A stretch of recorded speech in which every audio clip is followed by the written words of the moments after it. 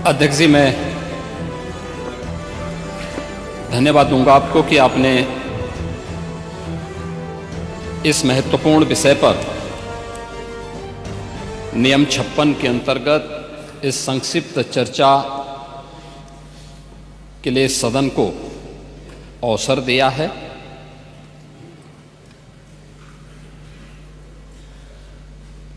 मैं धन्यवाद देता हूं उन सभी माननीय सदस्यों को जिन्होंने अपने अनुभव से अपने विचार यहां पर रखे हैं।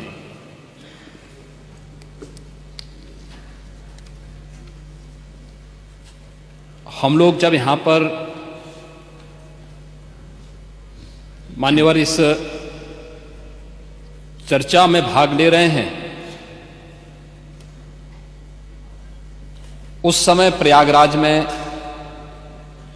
56 करोड़ 25 लाख से अधिक श्रद्धालु मां गंगा, मां यमुना और मां सरस्वती की इस त्रिवेणी में आस्था की पावन डुबकी लगा चुके हैं। और जब हम सनातन धर्म के खिलाफ, मां गंगा के खिलाफ, भारत की आस्था के खिलाफ या महाकुंभ के खिलाफ कोई भी अनर्गल प्रलाप करते हैं, कोई झूठा वीडियो दिखाते हैं, तो इन 56 करोड़ लोगों की आस्था के साथ एक खिलवाड़ है, भारत की सनातन आस्था के साथ खिलवाड़ है। और मैं विनम्रता से कहूंगा कि आयोजन किसी पार्टी विशेष का नहीं था, किसी सरकार का नहीं था। मैं तो बार बार इस बात को कहता रहा हूं कि आयोजन समाज का है, सरकार पीछे है।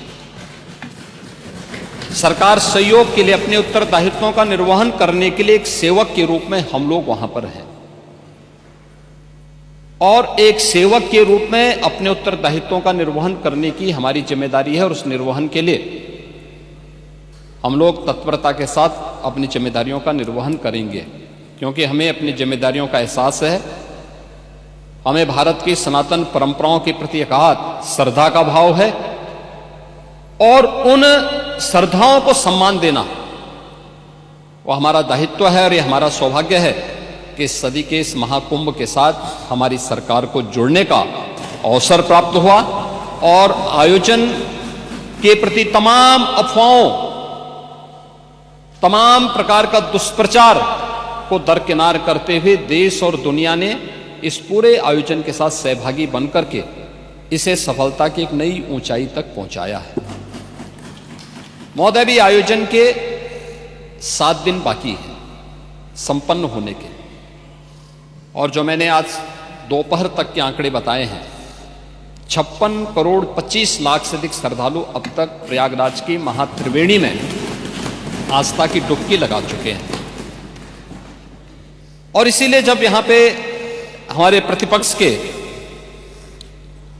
जो माननीय सदस्य डॉक्टर आर.के. पटेल जी, श्री संग्राम सिंह यादव जी और श्रीमती आराधना मिश्रा, मोना जी जब अपनी बातों को यहां पे कह रही थी, तो मुझे आपकी बातों को देख करके सचमुच एक तरफ हमें एहसास है अपनी जिम्मेदारियों का, हमारी संवेदनाएं हैं उन सभी के प्रति जो लोग 29 जनवरी के एक स्टैम्पेड के शिकार हुए थे, उन सभी श्रद्धालुजनों के प्रति भी, या प्रयागराज कुंभ के दौरान जो आपने अपनी नोटिस में उल्लेख किया है, सोनभद्र की, अलीगढ़ की या किसी अन्य जगहों पर प्रयागराज महाकुंभ के आयोजन में भाग लेने के लिए या यहां से जाने के लिए जो लोग यहां से प्रयागराज महाकुंभ में महास्नान के बाद वापस जा रहे थे, सड़क दुर्घटना के शिकार हुए हैं, उन सबको हम श्रद्धांजलि देते हैं। हमारी संवेदना उन परिवारजनों के प्रति है। सरकार उनके साथ खड़ी है, हर संभव सरकार उनको मदद भी करेगी, लेकिन इस पे राजनीति करना कितना उचित है, प्रश्न यही है। और इसीलिए मैं आपसे कहना चाहूंगा, जब आप अपनी बात कह रहे थे, मैं धन्यवाद दूंगा माननीय सदस्य श्री मनोज पांडे जी को, जिन्होंने उन अफवाहों की ओर ध्यान भी दिया कि उल्लेख किया कि काहिरा का वीडियो लेकिन महाकुंभ के साथ जोड़ करके दुष्प्रचार किया जा रहा था, नेपाल का वीडियो महाकुंभ के साथ, झारखंड की किसी घटना को महाकुंभ के साथ, या देश के अंदर की किसी अन्य दुर्घटना को जूसी के साथ जोड़ करके दुष्प्रचार करके अफवाह फैलाने का जो कार्य हो रहा था, कौन लोग थे वो? और इसीलिए मैं कहना चाहूंगा कि बड़ा हसीन है इनकी जवान का जादू, लगा के आग बहारों की बात करते हैं। जिन्होंने रात में चुन चुन के बस्तियों को लूटा, वही नसीबों के मारों की बात करते हैं।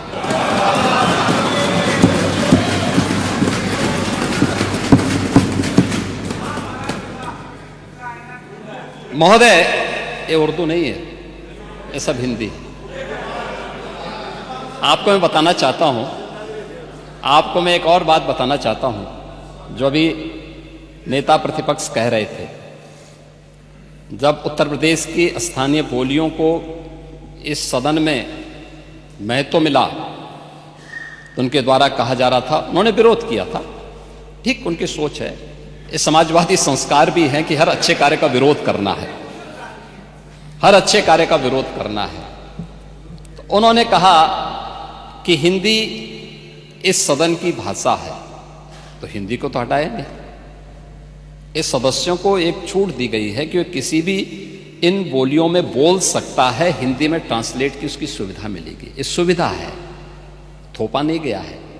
दूसरा, भोजपुरी हो, अवधी हो, बुंदेली हो या ब्रज हो, पांडे जी, इनकी लिपि भी देवनागरी है, कोई दूसरी लिपि नहीं है। संविधान के द्वारा घोषित जो व्यवस्था है उसी के दायरे में सारा कार्य हुआ है। आप जैसे उम्रदराज व्यक्ति को तो इसका स्वागत करना चाहिए, इसका स्वागत करना चाहिए।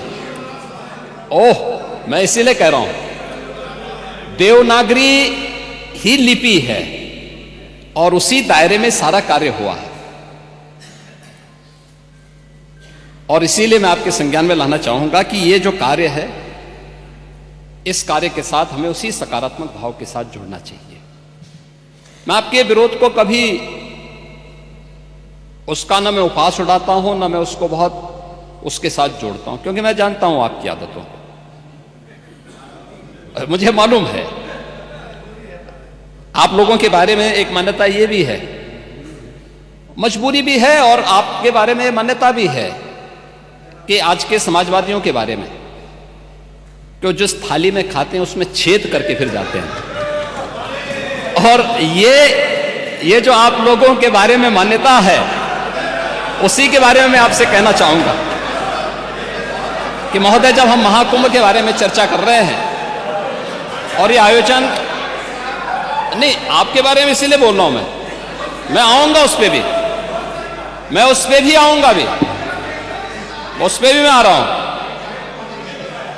जब एक महाकुंभ का विरोध पहले दिन से कर रहे थे महोदय, मैं एक एक करके इनके बयानों को यहां पे उद्धृत करना चाहूंगा, और पिछले सदन में भी मैं याद दिलाना चाहूंगा, जब हम लोग यहां पे इसी सदन में आए थे तो महाकुंभ पे चर्चा, उस समय महाकुंभ की तैयारियां चल रही थी और चर्चा के लिए एक दिन निश्चित किया गया था। आप लोगों ने सदन नहीं चलने दिया था, सदन नहीं चलने दिया था।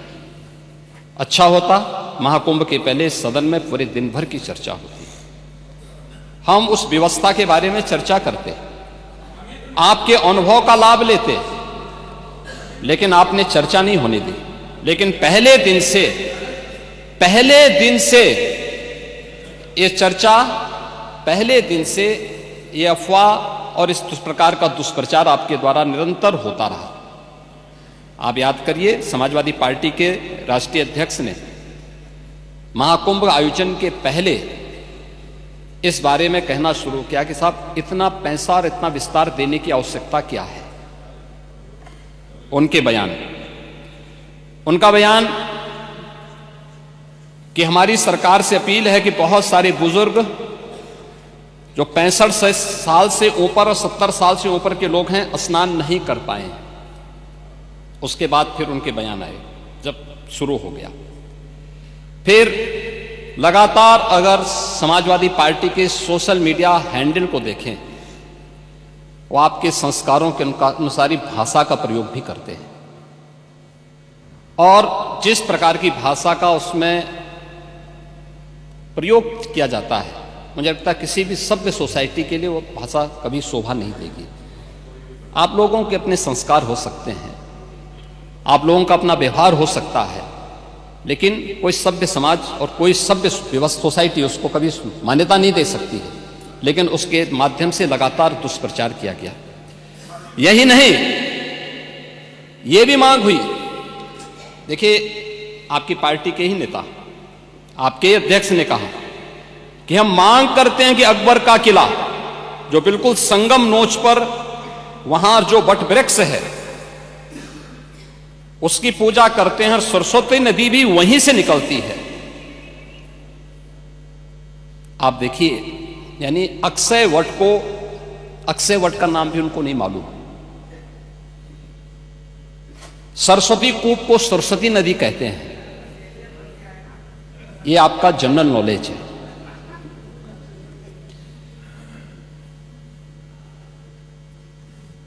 इन्होंने क्या कहा, महाकुंभ कोई शब्द नहीं, क्योंकि महाआयोजन के लिए बहुत सारा पैसा निकालना था, पैसे की बर्बादी करनी थी, इसलिए नाम भी इन्होंने महाआयोजन दिया।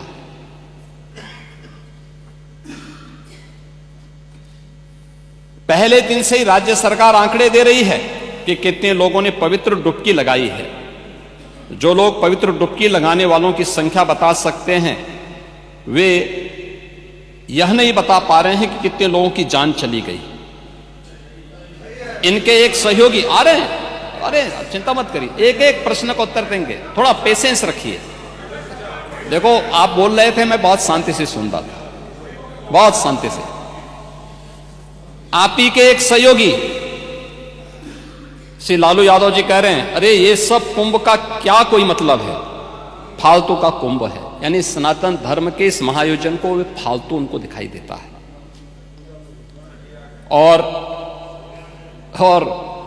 इनके एक और सहयोगी उससे भी 2 कदम आगे आकर के कहती हैं कि महाकुंभ मृत्यु कुंभ में बदल गया है। ये क्या है? ये क्या है? मल्लिकार्जुन खड़गे, कांग्रेस के नेता, अध्यक्ष, कहते हैं कुंभ भगदड़ में हजारों लोग मारे गए।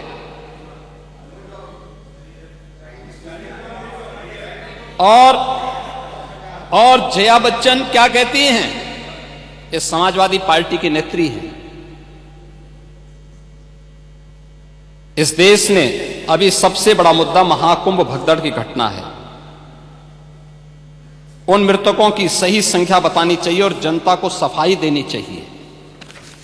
उन्होंने आगे क्या बात कही? उन्होंने कहा व्यवस्थाएं आम आदमी के लिए नहीं बल्कि वीआईपी के लिए थी।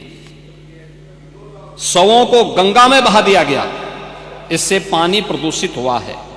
यही पानी लोगों तक पहुंच रहा है। और ये इस प्रकार के गैर जिम्मेदाराना बयान समाजवादी पार्टी, कांग्रेस, आरजेडी और टीएमसी के नेताओं के द्वारा सनातन धर्म के जुड़े हुए सबसे बड़े आयोजन के प्रति दिए गए। महोदय, मैं ये जानना चाहता हूं कि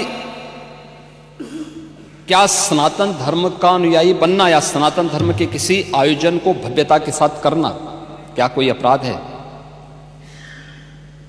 उस आयोजन को उन सीमाओं के साथ, उस आस्था को सम्मान देकर के आगे बढ़ाना क्या कोई अपराध है? और अगर अपराध है तो हमारी सरकार इस अपराध को कर रही है और आगे भी करेगी। क्योंकि हम लोग ये मानते हैं सनातन धर्म इस देश का राष्ट्रीय धर्म है। सनातन धर्म की सुरक्षा में ही भारत के अंदर पल रहे हर मत और मजहब की सुरक्षा भी है और उनका सम्मान भी है और उनका गौरव भी है। और सनातन धर्म की सुरक्षा विश्व मानवता की सुरक्षा की गारंटी भी है।